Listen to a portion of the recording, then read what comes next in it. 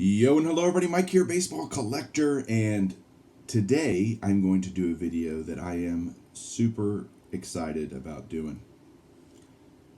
Last week I did a video on my top 50 cards in my collection, and that was very well received, and then I got a big Hall of Fame autograph this week, and I've been really kicking around doing kind of the top autograph items in my collection because again, if you followed my channel for any length of time, my autograph collection is the most important part of my collection to me personally. It may or may not be the most valuable part of my collection, although a lot of these have significant value. I didn't do this based on value because, number one, it's incredibly hard to find comps on some of these items because there's just not a lot of them out there that are being sold. And the ones that are, again, it's different for what someone asks for an item and what it actually can sell for. Those are two very different things and often very different prices.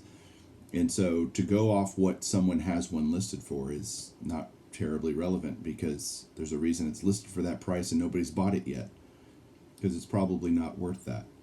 And so that was not really a huge factor in determining what I put in here. I just wanted to show some of the most special items in my collection, some of the coolest items in my collections. I mean, you're going to see the historic, the legendary, you're going to see the common player, the well-known players, you're going to see a lot of kind of maybe unknown players. You're going to see the quirky, you're going to see the unusual, and so it's just a whole lot of different stuff.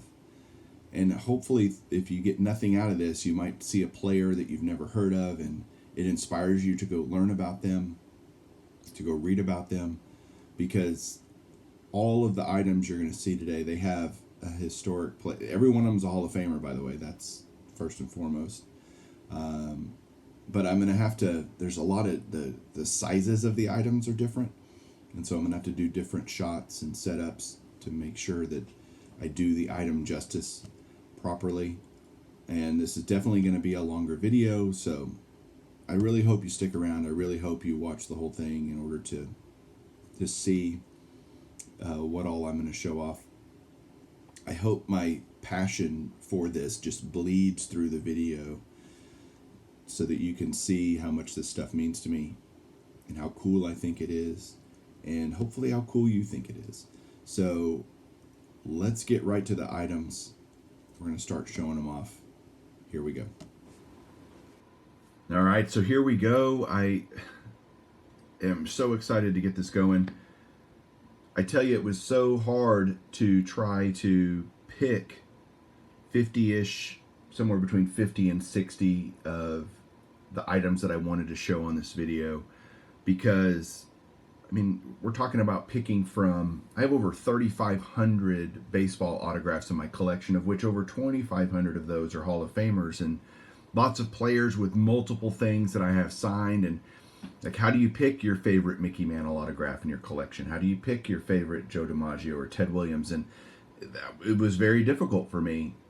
And so I'm just going to really show and tell stories and maybe talk about other things that I own of that player. But the first one, starting it off, leading off today, these aren't in alphabetical order, although Hank Aaron is the leadoff guy in the alphabet, and that's a 2012 Topps 5-star Hank Aaron autograph. And what I love about this card is it really got me started in the 5-star realm. I have a ton of 5-star autographs. Maybe I'll do a showcase on that someday again, but this one I saw it and I'm like, man, I love the design, and despite all the chipping and everything else that comes with 2012 5-star, it really got me going. And this is just a beautiful Hank Aaron card, on-card autograph, and I absolutely love it. Next up is this guy here, Earl Combs.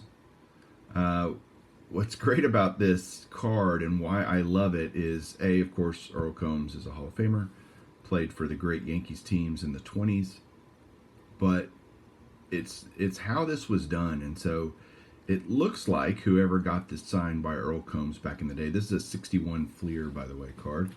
And you can tell he tried to sign it, and he almost got done with his first name. And either the pen was bad or it wasn't showing up well on the card. So what did Mr. Combs do? Well, he turned the card over and signed it on the back. So it's in ballpoint pen. And he was born in 1899. How cool is that? But so good. Beautiful signature right there on the bottom of the card. And so you're going to see everything is pretty much authenticated, you know, in terms of either PSA or Beckett Grading Services or whatever, but Beckett Authentication Services now. I have a lot of cards that are graded, or autographs that are graded by PSA DNA, because that is how you include it in the set registry for Hall of Fame autographs. There is Earl Combs.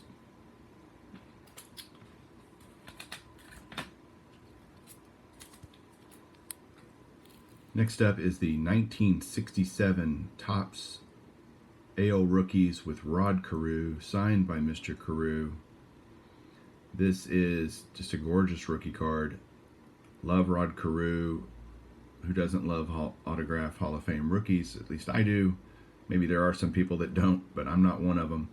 This is a card I picked up reasonably recently, and so I just love it. I'm really getting into the player era Hall of Famer autographs, so glad to have this one in the collection. All right, next up is, I love this card. So IPC Yvonne Rodriguez. I've over 100 of his autographs. This is easily one of my favorites because it's also got an autograph of, a lot of people consider him the greatest catcher of all time, Johnny Bench. And definitely two, legends as catchers, both on one card. This is from 2008 Upper Deck Premier. Significant stars. It's numbered to 20, you can see there.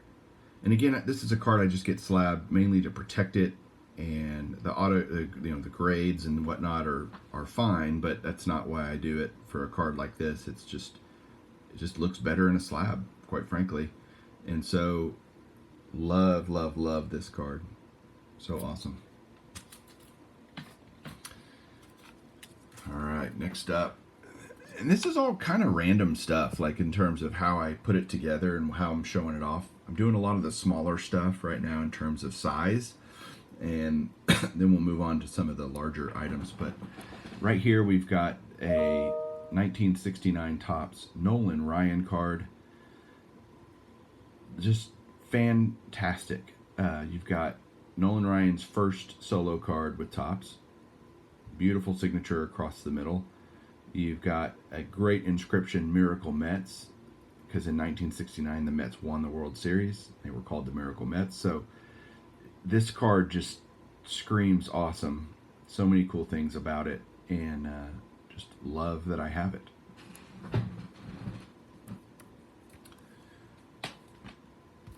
You're going to see several of these because this is one of those projects that I absolutely love doing, and that is the 1983 Donruss Hall of Fame Heroes. There are, bunches of these that can be signed out of the set. I have all of them that can be signed, and one of the ones I think is just the coolest is the Hank Greenberg, because I love Hank Greenberg's signature. I love the H at the beginning, how he does his G at the end of his name, and to get these slabbed and the autograph graded is, this is a Gem Mint 10. So the autograph grade does matter in terms of value of any autograph item.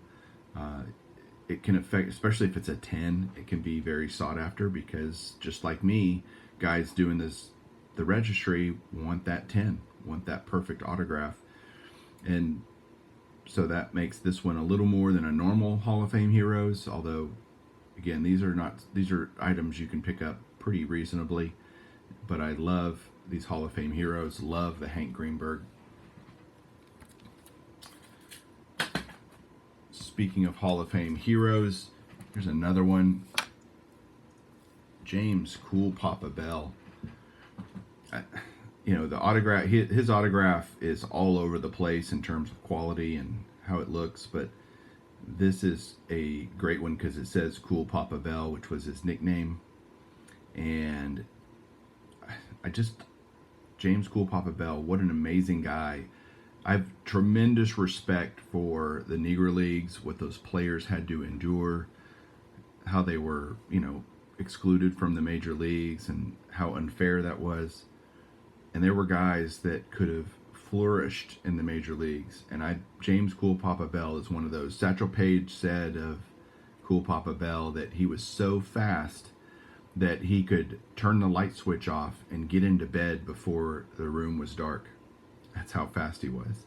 So just, players like that, I've never seen play, but you just read stories about and hear about, and it just makes you even more connected when you get an autograph by that player. So love that one.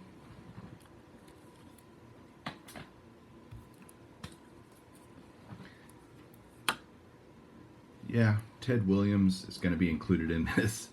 There's so many legends that, it was hard to pick which Ted Williams thing do I show, but I really have a heart for this 1960 Fleer card.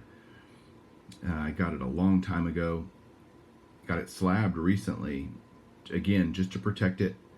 But this is Ted Williams' last card. Not his last Topps card, but his last card, his last season was 1960. And so just love that I have one of these signed. I have one of them just not signed as well. And beautiful Ted Williams signature on that item.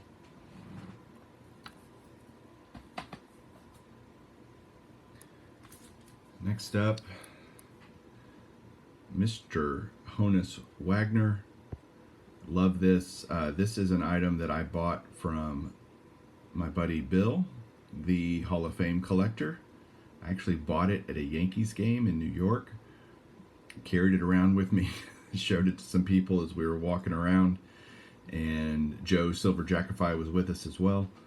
And I didn't have a Honus Wagner, and this is, I don't typically like cuts like this where it's essentially cut out of a sheet of paper or an album or something like that, and it's, there are obviously other autographs that were there because they made the line so strange, but I needed a Wagner. He had it for a good deal, and it's still a very clean auto. And so then I took it to and it was already, I think, slab PSA or something. Then I took it to the National last year and got the autograph graded. So just re-encased in a new lighthouse holder and graded. So again, Honus Wagner, one of the greatest players of all time in the original Hall of Fame class. So love it.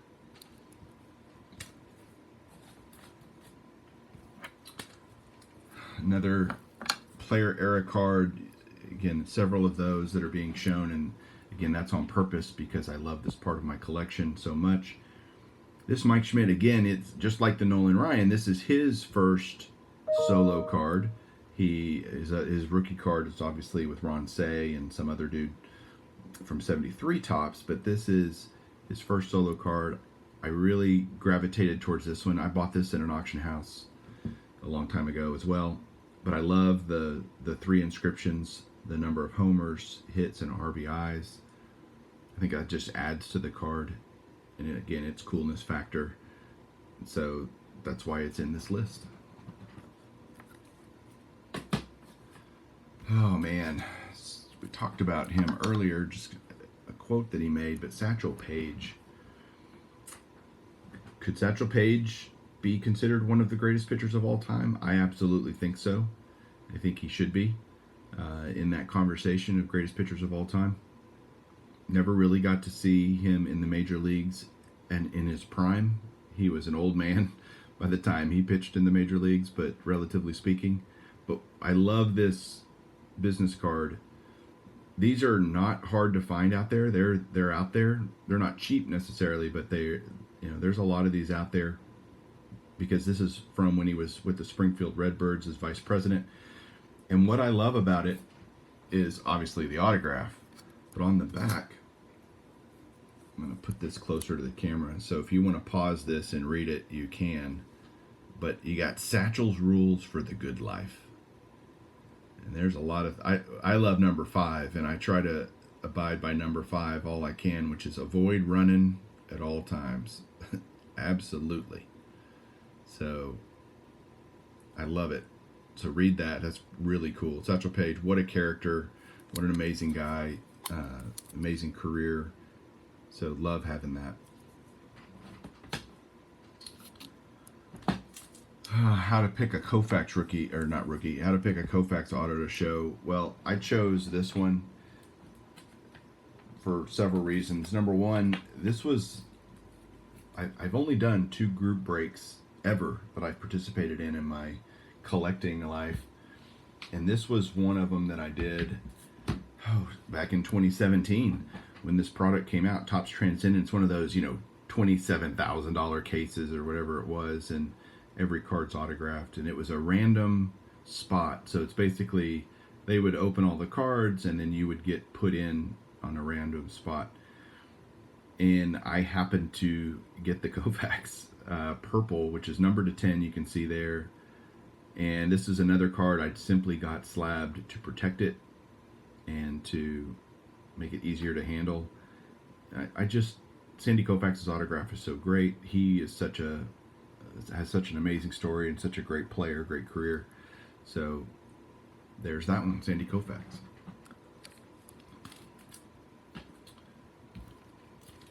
Next up is Reggie Jackson, 1990 Upper Deck Heroes.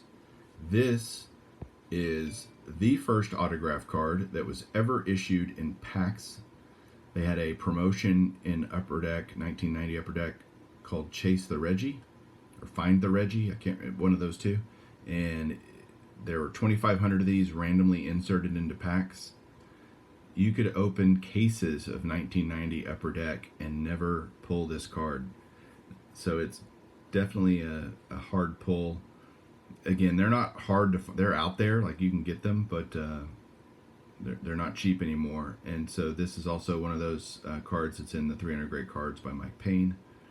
And I just considered it an amazing card in the hobby just because of what it launched in terms of the autograph craze and how autographs became very commonplace after that. But for a long time they were incredibly rare to be able to pull. And I love Reggie's signature. I love the 44 that he puts in the loop of the J. Just so awesome. So great card. The Kid. Now, Ken Griffey is not one of those guys that I have a ton of autographs in my collection. I don't know, I have 4 or 5. But compared to other Hall of Famers, not a ton. And this is, I think, the first one I ever got. And I bought it, and the autograph looked so clean. And so I sent it in to get graded, and it came back a Gem Mint 10. And so that, to me, was like, okay, I don't need another Ken Griffey Jr. autograph. It's a playing days card. It's a Upper Deck card. Love it. Early in his career, 3rd year essentially, and it's a beautiful card. So why would you? I don't pick up a whole lot of Ken Griffey stuff, just because it's kind of that. Why would you? So Ken Griffey, one of the greatest of all time, obviously. Who didn't love Ken Griffey Jr. when you watched him? Even if the Mariners played the Rangers all the time, and I was like, ugh. But I didn't care because Ken Griffey was so good that you had to just like him, and the way he played, and the flamboyance, and the skill, and it was amazing, absolutely amazing. Probably the second best player that I've ever seen play is Ken Griffey Jr., with Barry Bonds being the first. All right, so there you go with Ken Griffey Jr. All right, so now we're going to get into the little bit more obscure players. Some guys, you'll see these kind of, filtered in throughout. Trickle these guys in. But, man, how about Hazen Kiki Kyler? And what a great player he was. What a great signature. I mean, look at that, how cool that is. And Very, very cool. He played from 1921 to 1938, mainly for the Pirates and the Cubs. Played a little bit for the Reds and the Dodgers. He, was a super fast guy, speed demon, stolen base leader and World Series and all kinds of stuff. So just love that one. Tough auto to get because he died in 1950, 51, something like 1950. So he died really young. He was only 51 years old. So that was, it's a good one to have. All right, next up, you will definitely know this guy. I'm going to put these two together because they just go together. I think Mickey Mantle is one of those autographs that if you're an autograph collector at all, you got to have some Mickey Mantle stuff in your collection. And I've got several Mickey Mantle autographs I'm very glad to have, and a couple of them on these Dick Perez items. I've got the Perez-Steele celebration card on the left, and then I've got the Hall of Fame Heroes card on the right. Both just beautiful examples of Mantle's autograph. It's so great. Very highly faked, Mantle's autograph is, so getting that, authenticated, I think, is super important. And his autograph changed a little bit over the years, but again, you got to have a Mickey Mantle. So there's a few of those, a couple of those. Next up, I love getting the item signed by a Hall of Famer that's just kind of unusual. And this one is so cool. This is turn it so the glare is not so bad. This is so cool. It says, I think it's from like a studio in Hollywood, and it says, in accordance with the purpose outlined in your letter, this will authorize you to use my name and, if required, impersonate me in a screenplay and motion picture based on the career of Mr. Cornelius McGillicuddy, i.e. Connie Mack. So, president and manager of the Philadelphia American League Baseball Club. So how cool is that Al Simmons, Hall of Famer, signed this, and that this is still out there from November 1950, that he signed this, basically a right to use his image in this film that was being made. Have no idea if the film was ever made, don't know. But how cool is that? I just love that kind of stuff that is just different, just unique. So that's really neat. Love that. And next we've got a Willie Mays here. This is I got a bunch of taller ones, so I'm going to make the camera a little bit different. This is the Perez-Steele Masterworks. It's another set that I love by Dick Perez. It is just a bunch of different players, like I think 10 different guys with 5 different cards each, all, portraying different card sets from like the 1800s, and just really, really cool. And this one's gorgeous just because I love the autograph. It's so crisp. Willie Mays has a really weird signature, but I, just love having stuff like this, and having a bunch of Mays stuff is always good to have in your collection as well. Next up is, this one's a biggie. Roy Campanella on a Perez-Steele 1989. This is the celebration set as well.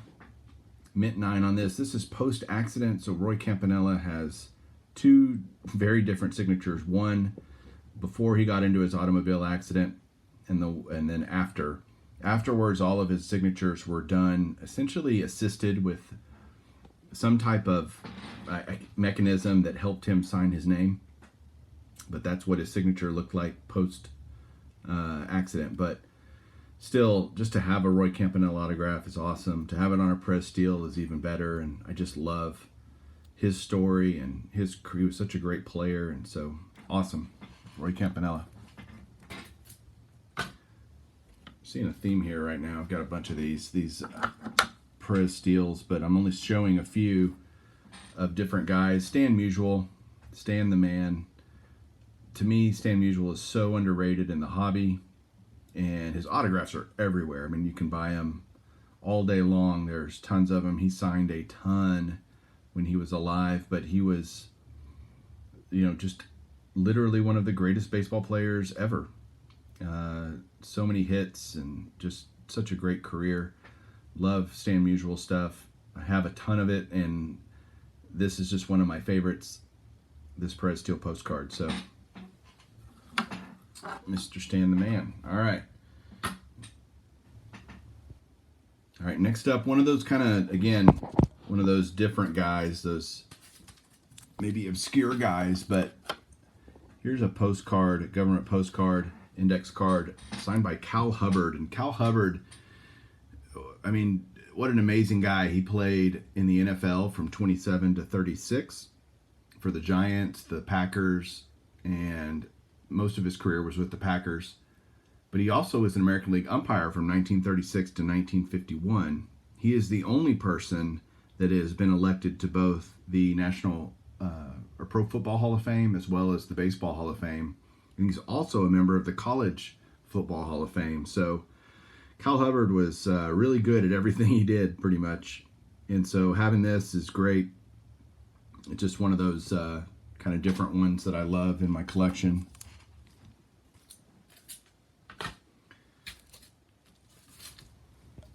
Here's another guy that real baseball guys know, but maybe not everybody knows, and that's Ed Walsh. Ed Walsh was a pitcher. He only won 195 games in his career. He pitched from 1904 to 1917, but he has the record for lowest career earned run average at 1.82 was his career earned run average. Mainly pitched for the White Sox. He was the last pitcher to win 40 or more games in a single season, and he was the last pitcher to pitch 400 innings in a season. I mean, no wonder his career didn't last long. He pitched he just pitched so much in the years that he did play that just an incredible guy. This is a tough auto to get as well, Ed Walsh. So there's another one. Next up is another really tough Hall of Fame autograph. Another Hall of Fame pitcher, and that's Dazzy Vance. Dazzy Vance was a pitcher, again, back in the teens, 20s, and 30s. He also, won 197 games and got into the Hall of Fame in 1955, but big fastball pitcher. He led the National League in strikeouts 7 consecutive seasons. So another big autograph there.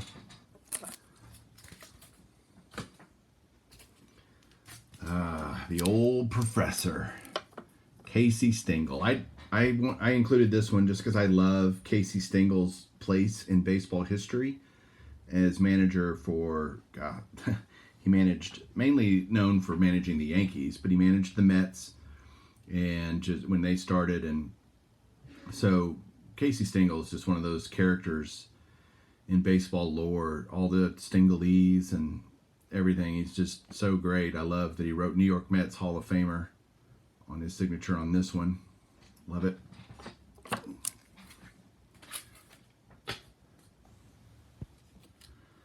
Again, a lot of these guys that are, old school guys like this guy, Tris Speaker, are just not well known by collectors today.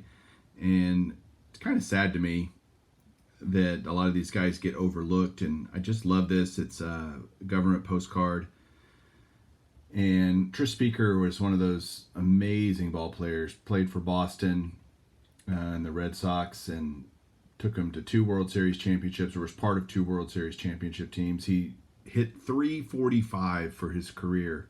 Unbelievable. Fellow Texan, 3,500 hits in his career. So he was definitely no slouch when it comes to being just an amazing ball player. He was such a good fielder, they dubbed his glove "where triples go to die." So great guy, fellow Texan too, which is great. And I love these government postcards because you can see, where it was done in 1945.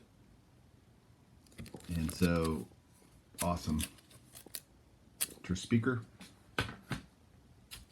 Another guy, Mel Ott, 500 home run club. Another really tough signature. not to get, period. I mean, his stuff is out there, but definitely not somebody you can just buy for $20 and call it a day. Melot's definitely a higher end autograph, and I have a couple of them and love having Melot in my collection. This is just it's a postcard as well.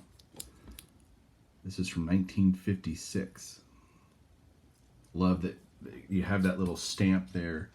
And people would just used to literally just send postcards in the mail to these guys, and they would come back. I mean, you can even see on this Rabbit Moranville the the marks from the post office.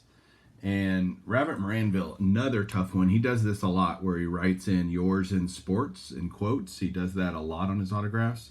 He played from 1912 to 1935. He also died pretty young, 1954. He was 62 years old. So again, not a ton of his autographs out there, but he was one of those guys that was very fast. That's why he was called Rabbit. And just a great ball player. Love it.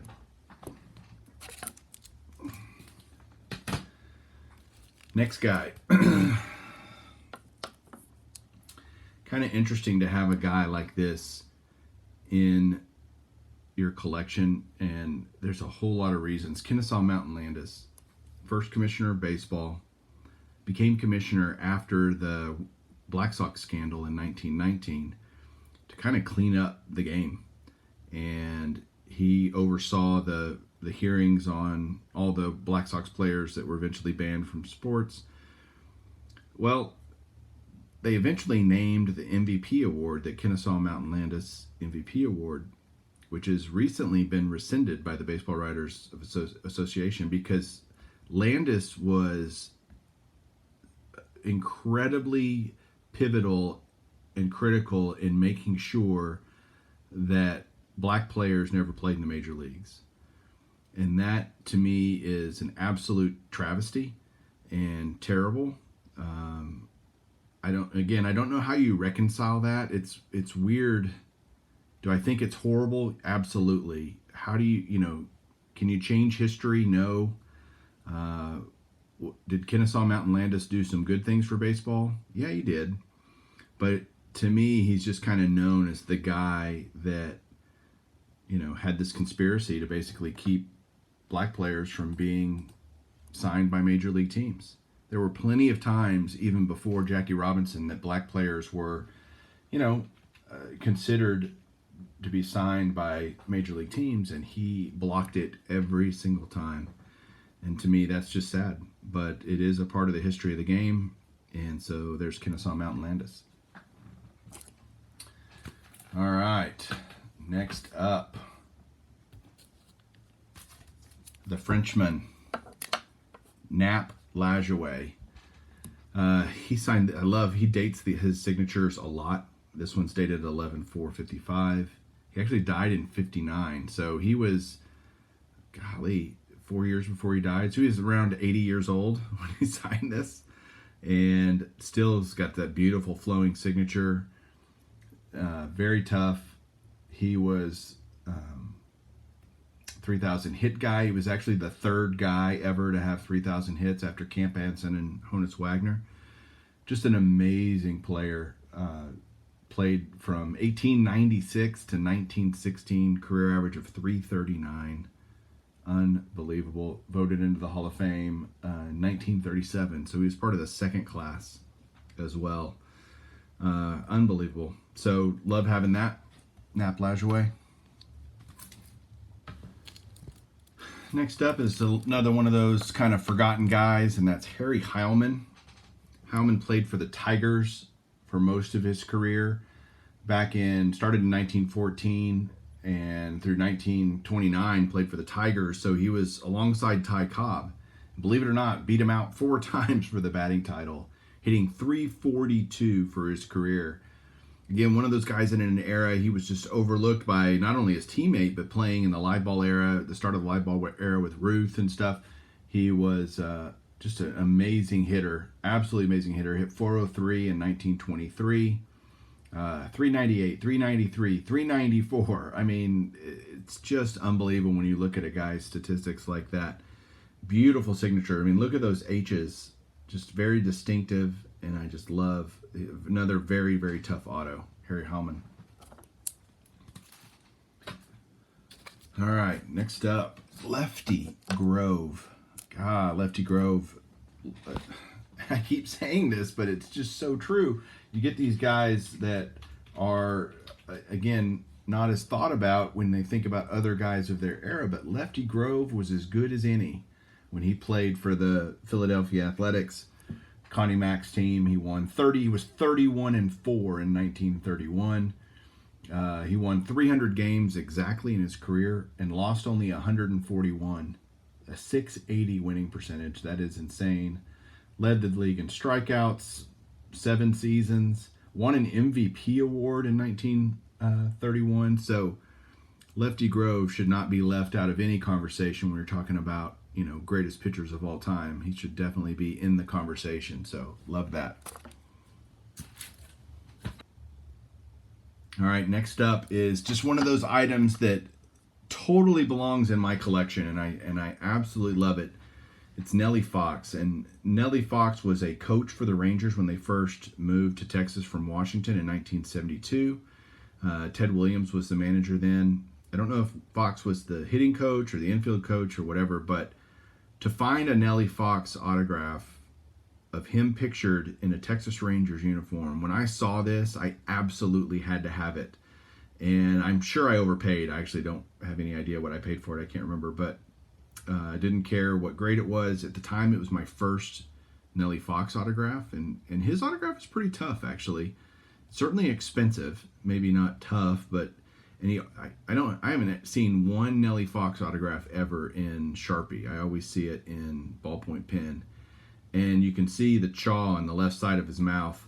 I think he literally had chewing tobacco 24/7 in his mouth, but you never see Nellie Fox without a big wad in his mouth. But that's why I love this item. Absolutely love it. Speaking of people with the last name of Fox, how about Jimmy Fox? Jimmy Fox, back-to-back MVP award winner. Very tough autograph. Very beautiful signature. You see in the beginning of that first J, that kind of weird kind of hitch down at the bottom of that of his J there. Love having Jimmy Fox. This is another government postcard. I don't like that there's roller marks or whatever those are, cancellation marks on the card itself, but kind of what are you going to do, right? And Jimmy Fox, not a cheap autograph. This was 1941, January 21st or January 20th. So this is from St. Petersburg, Florida. So this is pre-World War I or World War II. I'm sorry, but yeah, there's a beautiful Jimmy Fox right there.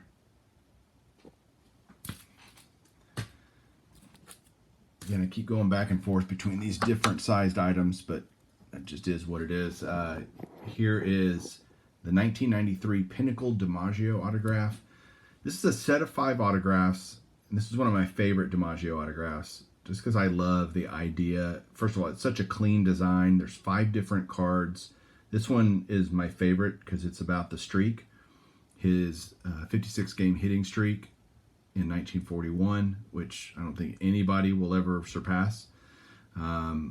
Totally, no one's ever going to get 56-game hitting streak again, I don't think. But again, such a clean design. These were part of a box set you could buy, actually in like a Joe DiMaggio set of cards, and each one of them came with one of the 5 cards autographed. And on the back, PSA did an absolutely piss poor job of, mounting or I guess encapsulating this card. But on the back, each one is numbered. I think there's 2,000 of each one. So it's not like these are scarce. There's 10,000 of them out there, but they aren't cheap. That's for darn sure. But love it. That's my DiMaggio autograph. One of the greatest ever. Here we go with another guy from the kind of that era that I've been talking about a lot, and that's Dizzy Dean. Dizzy Dean, of course, part of the Gas House gang with the Cardinals back in the 20s and 30s. Just an amazing pitcher. Actually pitched from 1930 to 47. He won 30 games in a season back in 1934. Again, only pitched 12 years and only won 150 games, but so dominant. Actually, he won an MVP award as well. So I love Dizzy Dean's autograph. I love the dots that he puts in the middle of his D's. Very cool signature. This next one has a very cool story. And that's this Wahoo Sam Crawford. Sam Crawford, wow, what an amazing guy he was. Let's see. Sorry, I'm pulling up a bunch of stuff while I'm doing this so that I can talk a little bit more about it. But so Sam Crawford played from 1899 to 1917. Most of that early career was with the Cincinnati Reds, but he played most of his career alongside Ty Cobb for the Detroit Tigers. He hit .309 for his career. Actually led the majors in home runs. The American League in home runs 6 times. So pretty impressive career for Sam Crawford. What's really cool about this item is that it says desist on it. You can see down there at the bottom. So I guess somebody was writing him over and over again to get his autograph or something, and finally he says, all right, enough, and he puts desist. So that's why that one, I just love it. Seems only fitting that we follow up Wahoo Sam Crawford with Chief Bender. And he went by, his name was Charles, but he went by Chief Bender. People called him Chief because he was Native American descent and just an amazing guy. This was done in, what's cool about this one also is 1953, October 1953. He would die literally just 7 months later. And I love the stamp and blood donor and all that kind of stuff. So this was going to Pittsburgh. But Chief Bender was elected in the Hall of Fame in 1953 and died literally just a couple of months before his induction ceremony. So he did know he was a Hall of Fame famer before he passed away, but what a great pitcher he was for those amazing early 1900s Philadelphia Athletic teams with Connie Mack. Won 3 World Series, 1910, 1911, 1913. Holds a record for pitching 3 complete games in a single World Series. Again, not an easy autograph to get. Anybody that died in the 50s, I mean, they're out there, but you got to look for them. So, love that one. All right, for the next part, I've got starting to get into some just bigger sized items, and I moved down to the floor here. Got a couple of the drawers pulled out from the Beast that just show, just to be in my background and hold up some of this stuff. So, stuff like this, I just absolutely love it. I love checks, especially checks like this. So this is a check from the New York Yankees. It was written to a guy named A.A. Woods. I have no idea who he is, but it was for $300. And it was written, though, in the middle of the 1927 season, which is incredibly super important if you know baseball history. That was the Murderers Row year. Perhaps the greatest baseball team ever to take the field, the 1927 Yankees. And it's signed by 2 Hall of Famers here. You've got Jacob Ruppert down here on the bottom, and you've got Ed Barrow here on the side. So both were executives with Ruppert owned the Yankees, and Barrow, I think, was his GM or something. But both of them are in the National Baseball Hall of Fame. So having things like that are just super cool. Next up is the item that really kind of inspired me to do this after talking and doing my top 50, and then I got this, and that is Mr. Grover Cleveland Alexander. 373 wins in the second class of the Hall of Fame. The first induction class was actually 1939, and he was part of that, but he was elected in 1937, and so just amazing pitcher in his day. This is not a cheap autograph, Robert Cleveland Alexander. So happy to add this into my collection and have it. Speaking of great pitchers, that's why these two are right next to each other. How about Walter Johnson? Yeah, he was pretty good. The big train. I love this. This is on one of those, it's like almost like a first day issue cachet kind of thing. And it's postmarked 1939, Washington, D.C. It's got the very cool stamp up here and a baseball player silhouette. And it's just like an envelope, like you can see there. It's just basically an envelope. And it's encapsulated by Beckett Authentication Services, JSA, essentially back then. So again, not a cheapie. Yeah, not cheapie, but a goodie. How about Roberto Clemente? Look at his amazing, it almost looks like scribble. And then you can kind of, if you look hard enough at it, you can kind of start making out some of the letters. But it's not easy, but that is definitely a Roberto Clemente autograph. This is like an album page cutout kind of thing because you've got another picture on there named Bob Veal. And actually on the back of this is another guy for the Pirates, Gene Alley right there. But obviously the main guy I wanted to get for this was Roberto Clemente. This is the only Clemente autograph I have in my collection. I would love to pick up more, but I also like paying my mortgage. So those are things typically in conflict. But sent this in to get it graded.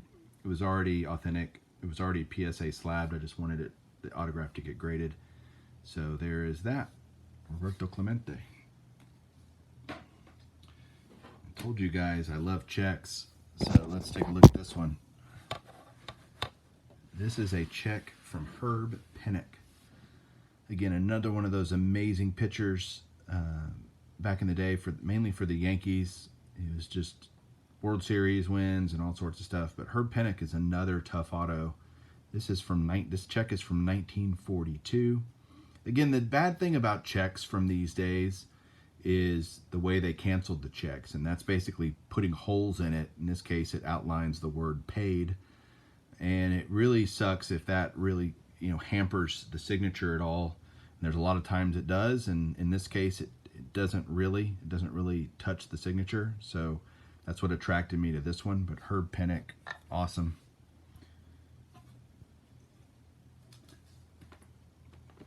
Here's another first day issue cachet thing, and this is of another very, very tough Hall of Famer autograph to get, and that's Eddie Collins. It's tough to find an Eddie Collins autograph under $1,000. This one is cool because celebrates the first century of baseball. The postmark is from Cooperstown in 1939. So just a very, very cool item. And then to have Eddie Collins sign it, super cool as well. Hey, checks. Let's do one final check. How about Ty Cobb? Absolutely love this. This was one of the first really big autographs I ever bought. And I remember at the time when I bought it, I'd never spent that much on an autograph, and man, I thought I was kind of crazy. And anyway, so glad I bought it when I did, because it's done very well since I bought it. But in terms of price, meaning it would just be more expensive now. But this is from a check from 1955. Ty Cobb checks are out there everywhere. There's tons and tons of them, because once he passed away, his family started releasing them or selling them or whatever they were doing. But you'll notice that Ty Cobb signs almost exclusively on his checks in green ink. And this is funny because it's to his telephone company for his telephone bill, and this is 1955, and his bill was $228. I mean, that's a pretty high phone bill for the 50s, but I love how his name is over there on the left, printed out, so you know it's Tyrus Raymond Cobb. So love that. Absolutely love it. Next up is a couple of more postcards here. Here's one signed by the one, the only Cy Young, 511 wins. One of the greatest pitchers ever, for sure, Cy Young. really hard to argue that. It would definitely be in anybody's top 5, I would think. Greatest pitchers of all time. Love that. Not a cheapie either. Comes a couple of my favorites. So this is a postcard, and it's signed by 5 different guys. Frank Crosetti, Ben Chapman, George Selkirk, who are all, great players in their own right, but there's 2 Hall of Famers right in the middle that make this item super special, and that's Tony Lazzeri, Hall of Fame New York Yankee, and Lou Gehrig. This is my only Lou Gehrig autograph in my collection. I've thought about sending it in to get it graded, the autograph graded, but I've been just very nervous to send it in to PSA because this is not cheap. Lazzeri is certainly a more rare autograph than Gehrig because Gehrig's just more popular and therefore, in terms of cost. But having them both on one item, I just absolutely love that. Ideally, I get another Gehrig someday, just a single signed item signed by Gehrig, but for now, this will suffice in my collection. And if you have Gehrig, by the way, we're not really, we got a lot more, but let me just show this one while I have it right here. You got Gehrig, Lazzeri. How about Babe Ruth? In this Babe Ruth autograph, I picked up where it was simply PSA authenticated.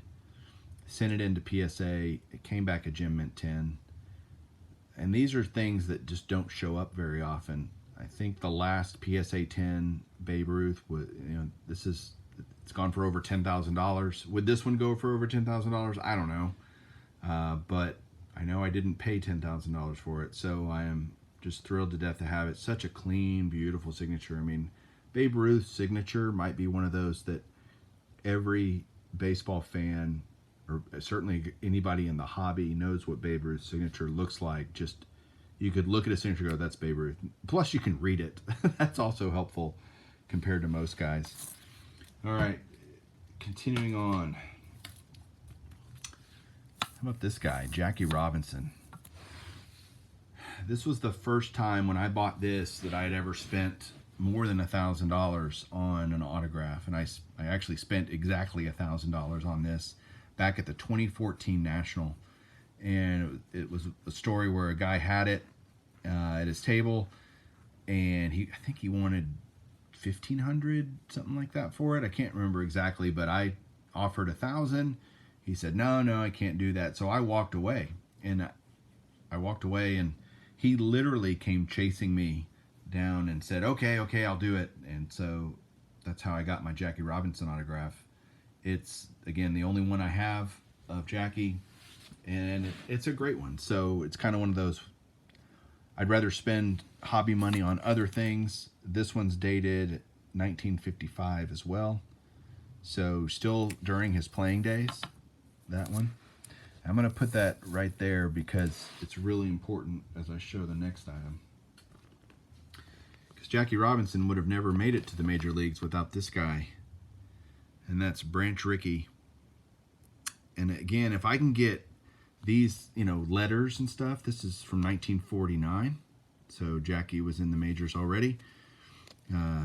But this is a letter on Dodgers letterhead. You can see there. It was also written to Walter O'Malley, a fellow Hall of Famer, who at the time they weren't in the Hall of Fame yet. But I'm going to put this right here and talk about it for a second. If you think that Branch Rickey is only known for his contribution to baseball for what he did in terms of bringing Jackie Robinson to baseball, you need to go do some more homework on Branch Rickey. He was incredibly pivotal in the way baseball changed during his time in the game.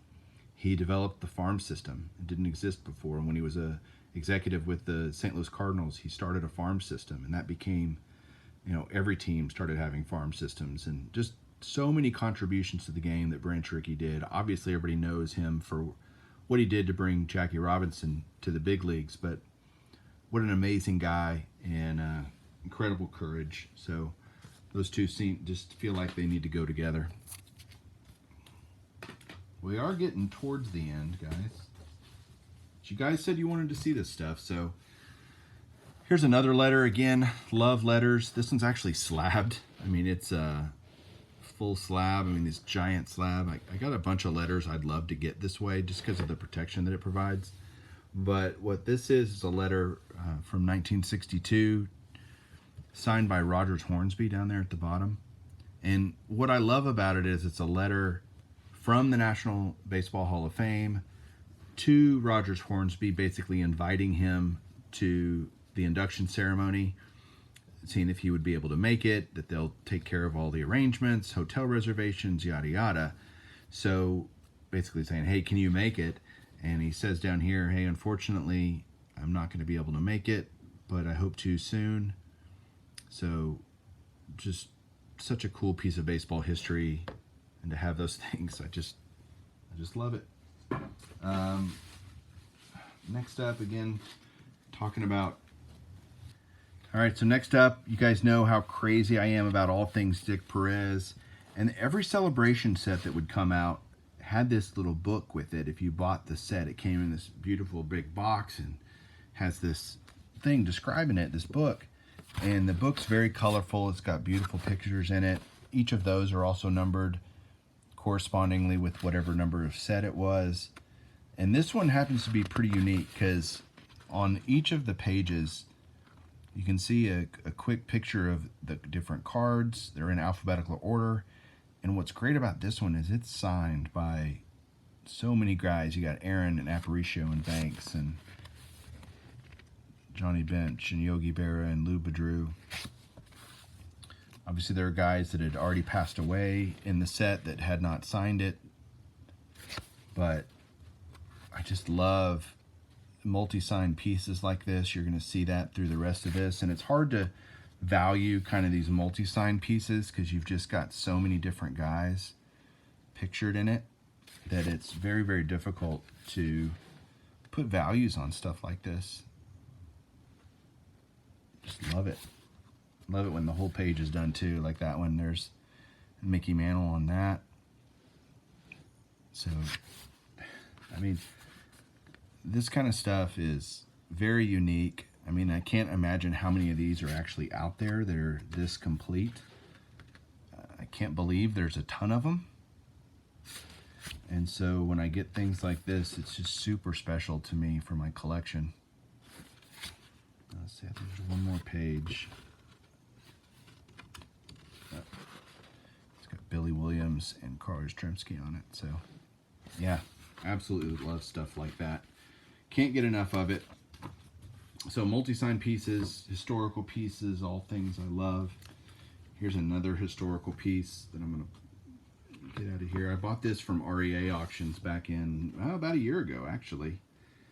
And it's a Cubs program, essentially, scorecard that you would buy at the ballpark. And it's dated there, July 23rd, 1931. Right there at the top in pencil. So love it. And what's really cool is in the inside, you can literally see it's just a scorecard that someone would fill out at the game. It's got the different players listed here. You've got Kiki Kyler, Hack Wilson, Rogers Hornsby, Charlie Grimm, Gabby Hartnett, another Hall of Famer. And you got Rabbit Moranville for Boston. You've got Wally Berger, looks like, for the Red Sox, or I guess maybe it's not the Red Sox, the Boston Braves is who that was. So yeah. But why this is such a special deal is on the back it's signed by a couple of guys. So you've got Rogers Hornsby, who you just saw a signature of his. This is a playing day signature, so it's much cleaner. You got Riggs Stevenson there, Bobby Smith, and then right here, upside down, right there is Hack Wilson. And he is a very, very tough autograph. And so this is my first and only Hack Wilson autograph, so I'm absolutely thrilled to have it. I mean, thinking that this item is almost 90 years old, and it's in really, really good shape. And it won't stay in good shape if I keep handling it. So I'm going to put it back in its top loader here, just to keep it protected. But love stuff like that. Absolutely love it. And I love stuff like this too. Pull this out of the deal too. This is something that I've owned for a long time. It was one of the first really big multi-sign pieces that I bought. This is from a civic luncheon in the city of Cincinnati. No date on it, so I don't really know when it's dated or when it was, but it's got so many amazing signatures on it. Up at the top there, you see Jimmy Fox. You've got Mickey Cochran on the left.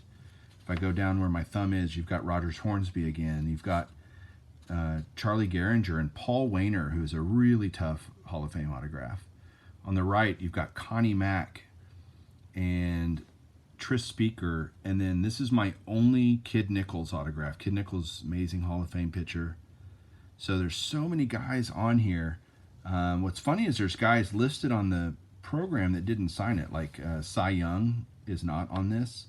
Carl Hubble signature is not on this, but whoever this was, they were there and they got a lot of great autographs on this item. It's even got a bunch of guys on the back, as you can see here, including Denny McClain, Red Sheendienst.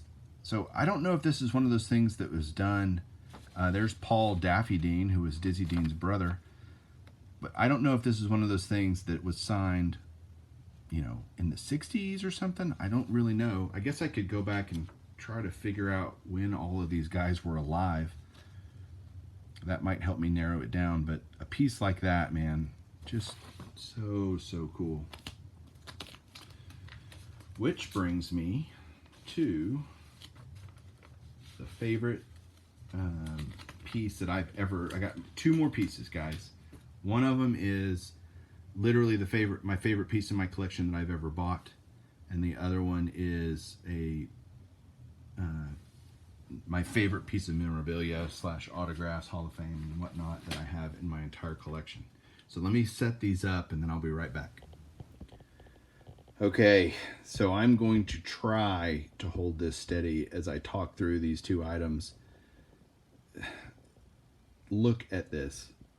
Literally dozens and dozens and dozens of Hall of Fame autograph signatures. You can look on this and just, it's a who's who of kind of who was alive in the 80s. This is obviously two Hall of Fame programs from the from the 1983 induction. You see Frank Robinson and Hank Aaron. That was their year to be inducted. You can see over on the left one, they're both identical, by the way, and I think somebody just took it around and got everybody to sign it. You've got, Frank Robinson and Hank Aaron signing right there. This one has what I would call, the one on the left, I think, has bigger names on it overall. The right one has one big name, really big name on it. But, you've got everybody from Mantle and Reggie Jackson and Whitey Ford, and I'm just looking at it right now, trying to just see Stan Musial, Eddie Matthews, Bill Dickey, Joe Cronin, Willie Mays. The one on the right, the big one, is right in the middle. I'll try to point to it there. It's right there. And it's Roy Campanella, again, obviously a post-accident signature. It's even got Al Barlick, Hall of Fame umpires. Unbelievable. The time and effort it would have taken somebody to do this and to try to recreate it today, forget about it. Obviously you can't. Most of these guys are dead. But in terms of just doing it with guys that are all alive today that were in the Hall of Fame, there's just no way that could happen. It would just be so painstaking and expensive. But like there you got Sandy Koufax, beautiful Koufax signature down there. Ted Williams right there. And what I love about it, look at that. Pete Rose is on that. So, if Pete Rose passes away someday, and it's eventually, well, not if he's going to pass away someday, but if Pete Rose is elected posthumously to the Hall of Fame, how cool will it be to have him on this piece?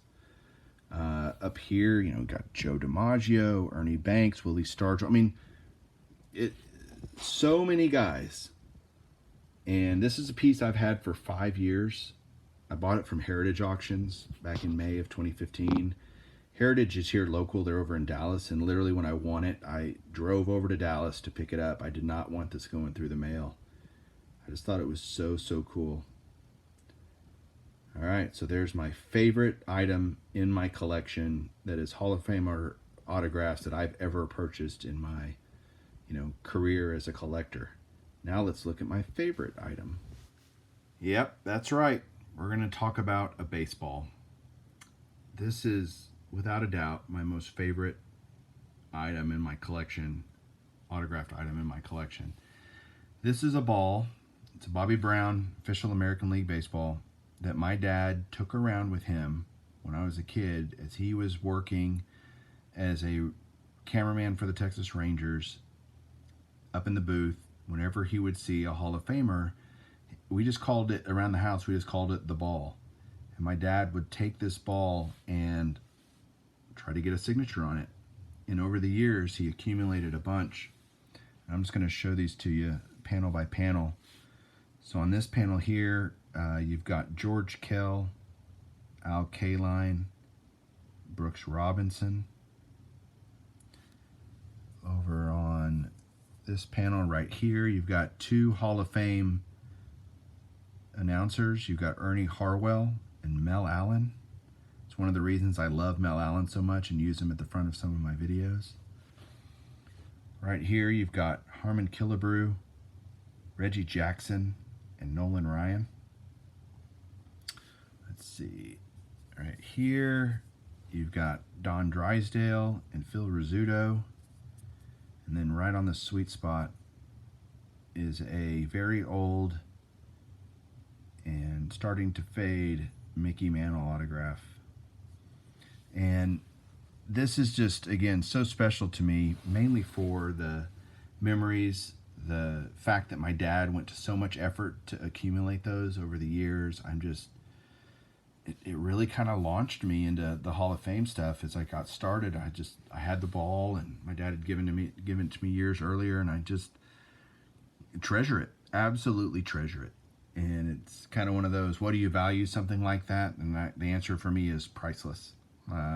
This would be the last thing I would ever get rid of in my entire collection. I would sell everything else first before I would ever sell this baseball, because it just means so much in the sentimental value. So there you go, guys. Huge journey. If you're still here, I am incredibly grateful that you sat through all of that and really appreciate it.